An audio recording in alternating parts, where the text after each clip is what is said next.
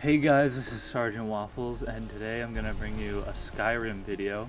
This is going to be a video for beginners, or just if you're starting out a new character, and an easy way to make money, get your skills up.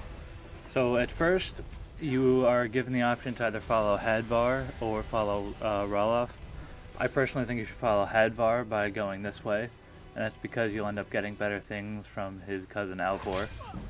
And right here is just when you get up to the bear, you can just sneak attack him, increase your sneak, or just hit him with whatever you want, increase your skills, because he'll never fight back.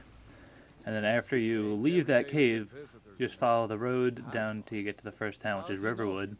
You're going to want to talk to Alvor, who's the blacksmith.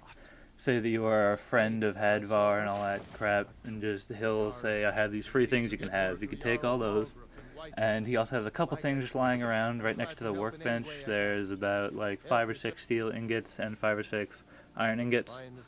Take those, sell everything to him that you don't want, but you want to save the iron ingots because you're going to want to increase your smithing, because this is helpful to every character, unless of course using a mage, because then you're not going to use armor or weapons. But right here I'm just showing selling everything I had. I picked up as much as possible in the beginning so I could try and get a good amount of items to make some money, increase my smithing, because of course it helps to improve my weapons. And the main reason that's important is because if you don't use smithing, your weapons aren't going to be that strong. For example, if you have an ebony sword and a steel sword, and you completely upgraded the steel sword and did nothing to the ebony, the steel sword would be stronger than the ebony sword because of your smithing. And right there, just showing where the steel and iron ingots are. And for your first level, if you're going to be using smithing, like if you're going to be using swords and armor and things, you're going to want to get the first perk, because the steel sword's probably the best weapon you can have at first if you want to use any melee. And with that first perk, what it does is it will allow you to improve weapons even more and allow you to make those weapons. And right over here, I'm just showing you where the other trader is. He'll buy pretty much everything that Alvor will not buy, except he does not sell the iron ingots, which you need to go back to Alvor to get after you sell things to this guy. And you're also going to want to start the quest by saying what happened here, and you start the Golden Claw quest, which will get you a good amount of money, and you will also get, if you go all the way through the cave, you'll get the Dragon Stone, which will help you for the first part of the main quest, because you have to help someone, blah blah blah. It just makes it go a lot faster, so just make sure you do that. Alright, there I was just saving 1 steel ingot because I'm going to want to improve that steel sword I bought earlier. I just want to sell everything first so that I can buy the iron ingots and leather and make as much as possible. So like make as much iron daggers as possible. And the reason you want to make iron daggers is because no matter what you make in smithing, it will give you the same amount of XP. And you can sell it back, try to do whatever you want. But the cheapest and most effective way is just to buy iron ingots and buy leather. You don't want to buy leather strips because 1 piece of leather makes 4 strips, so it's only like 6 or 7 coins cheaper, but in the long run it'll help. So you want to make all these iron daggers as much as you can. And as you can see in the beginning, I'm starting off with only 20 smithing, and I'm making about 16 iron daggers, and my smithing is already 26. And I chose the Thief Stone in the beginning, so I'm not getting any bonus XP for this. This is just what the normal XP is. So after that, making my smithing to 26, I can already increase the steel sword and make it stronger by like about 5 or 6 points. And if you want to use a thief character, or just raise your sneak. Sneak is helpful for a lot of characters, but obviously if you want to make an assassin or a thief, if you helped Hadvar, he will be in this house. I don't know how long he's here. I'm assuming he's here until you do some of the Civil War storyline, because he's part of that.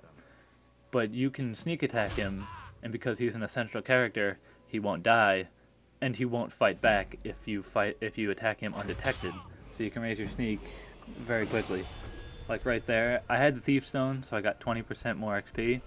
But basically in the beginning, like around level 20, you'll get about 1 level every time you hit him if you have the Thief Stone. And he'll just walk around this house, doesn't really do anything. I don't even think he leaves. But yeah, that's what you want to do if you want to increase sneak. You just don't want to make it too high, because then dungeons and things will level for a higher level, and your combat skills won't be very high. And if you go towards Whiterun, you'll find a couple people fighting a giant. And if you want to join the companions, which is useful, even if you don't want to do the whole storyline, you want to become a werewolf, because even if you don't want to actually use the werewolf power, you will be 100% immune to diseases. So it's really early to get the werewolf. You only have to do about 3 missions and they'll let you be a werewolf. And the werewolf is kind of useful for a couple reasons. Like, if you're doing the Dark Brotherhood and for some reason you can't kill someone without being caught, you will just become a werewolf, no one will know it's you, you can kill them. And if you want to join the Dark Brotherhood, you go to Windhelm, which I just showed on the map, and you follow where I'm going here. You will find... Well, first you have to pick this lock, which is only novice, so it should be easy. And you'll find a little kid performing the Black Sacrament, which is just a ceremony to summon the Dark Brotherhood. And you just talk to him, tell him you know about the Black Sacrament, all these things, tell him you're gonna do the quest for him, and then he will tell you who he wants you to kill. You will then go and kill that person. I'm not gonna spoil it for you, just in case you care about the story for the Dark Brotherhood and whatnot. But yeah, he's just sitting here around all these candles.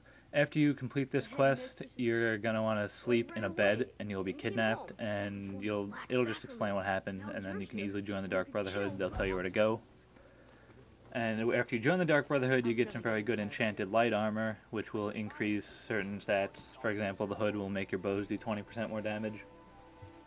And if you want to join the Thieves Guild, you will go to Riften, which is all the way on the east side of the map, which happens to be in the same place where you have to kill that lady for the Dark Brotherhood. You will go towards the market center, talk to this guy Brynjolf, and he will talk to you saying how you've never earned an honest pay in your life, and you'll be like, what are you talking about? And then he'll tell you he has a job for you. And then you will do this job. I'm not going to tell you what it is, but you just have to steal something, pretty much. And then he will let you join the Dark Brotherhood, or excuse me, the Thieves Guild.